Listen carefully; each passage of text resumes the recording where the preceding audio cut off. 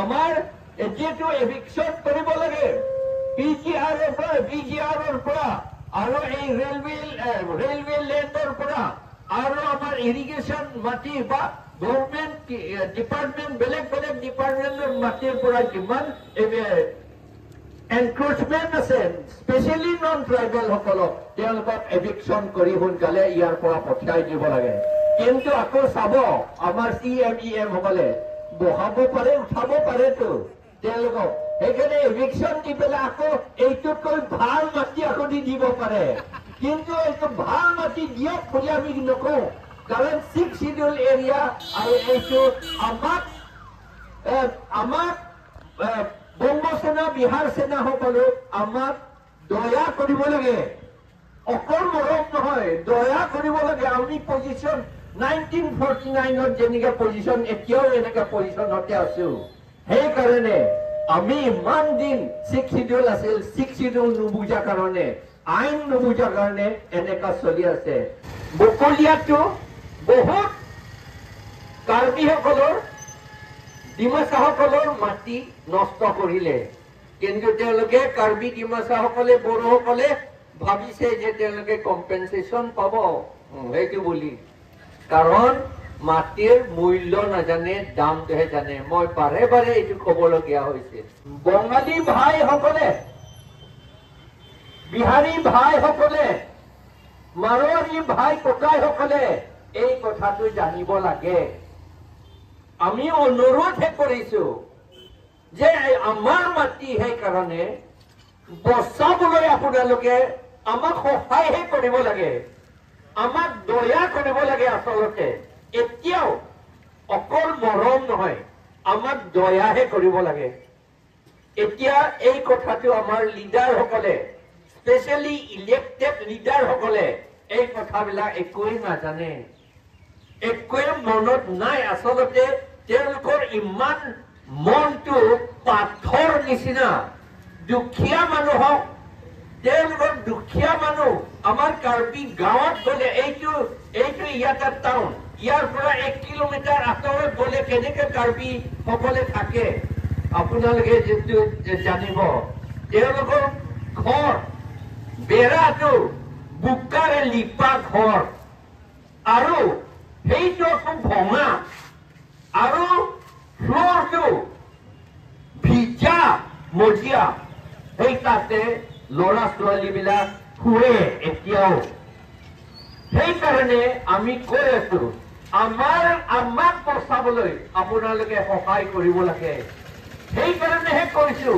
আমাৰ মাটি আপোনালোকে আমি অপৰা হৈছো বুলি পেলাই আমাৰ মাটি কাটিবলৈ চেষ্টা কৰিব নালাগে দীপক দিনে কোনোবাৰ অকল দীপক দিন নহয় সকলোৱে ক'ব বেংগলী বিহাৰী সকলে সকলোৱে ক'ব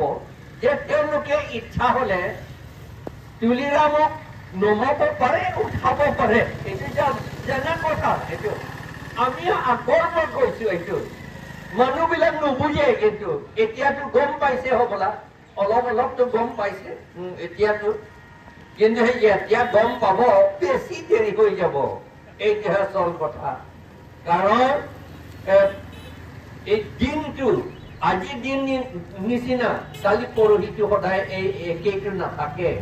সদায় সলাই থাকিব আৰু এই সলোৱাটো বৰ সোনকালে হয় এতিয়া বিজেপি লৈ গৈছে বিজেপি লৈ যোৱা মানে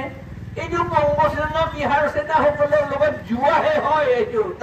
তাত যোগ দিয়াহে হয় কিয়নো বুজে এইটো যে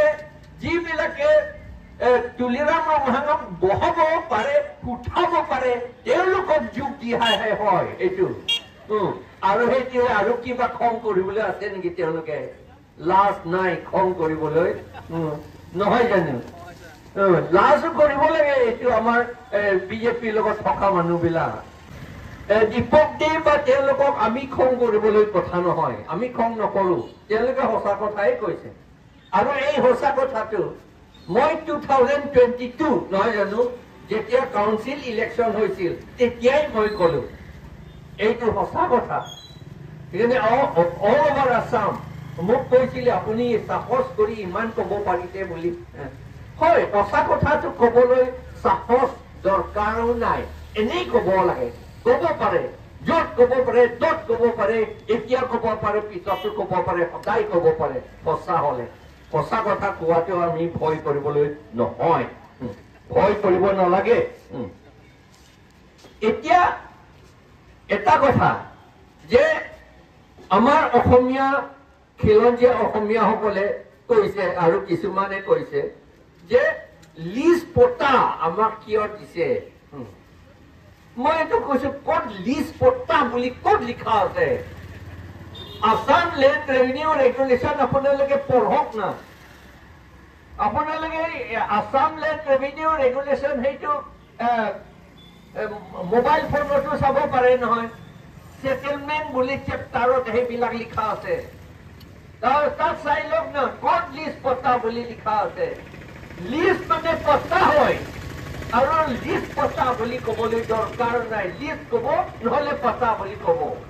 পটাটো যে পাৰ্চিয়ান ভাষা হয় আৰু লিজটো লাগে ইংলিছ ভাষা হয়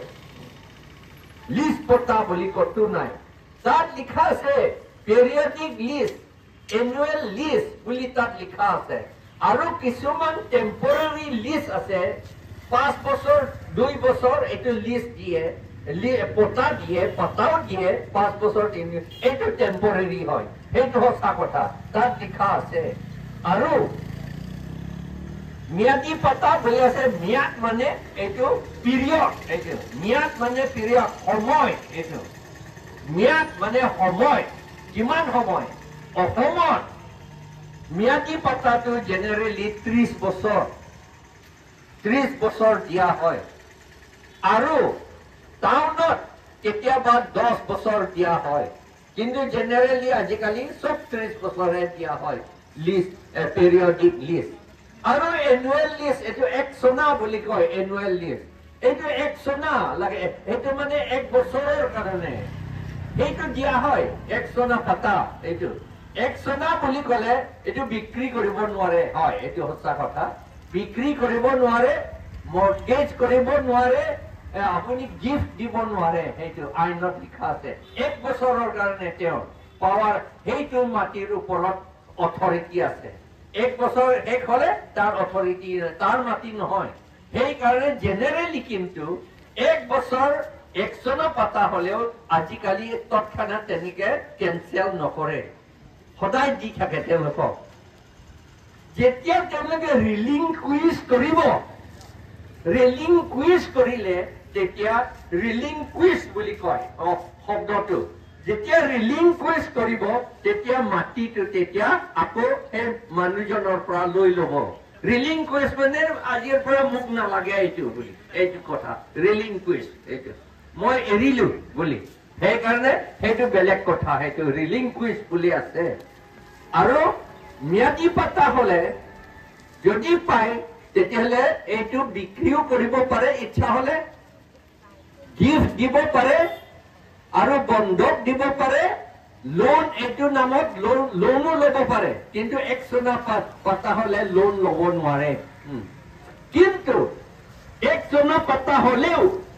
ইন ডেভেলপমেণ্ট কামত লোন ল'বলৈ আমাৰ গভৰ্ণমেণ্টে সুবিধা কিন্তু দিছে এইটো চবক নহয় সদায় নহয় কিন্তু এইটো দিছে মই জানো এইটো এক সোনা পটা হ'লেও কাৰণ এক সোনা পটা বুলি ক'লেও মানুহজন যদি 50 বছৰ থাকিছে তেতিয়াহ'লে কামেই নাই আৰু কি মিছামিছি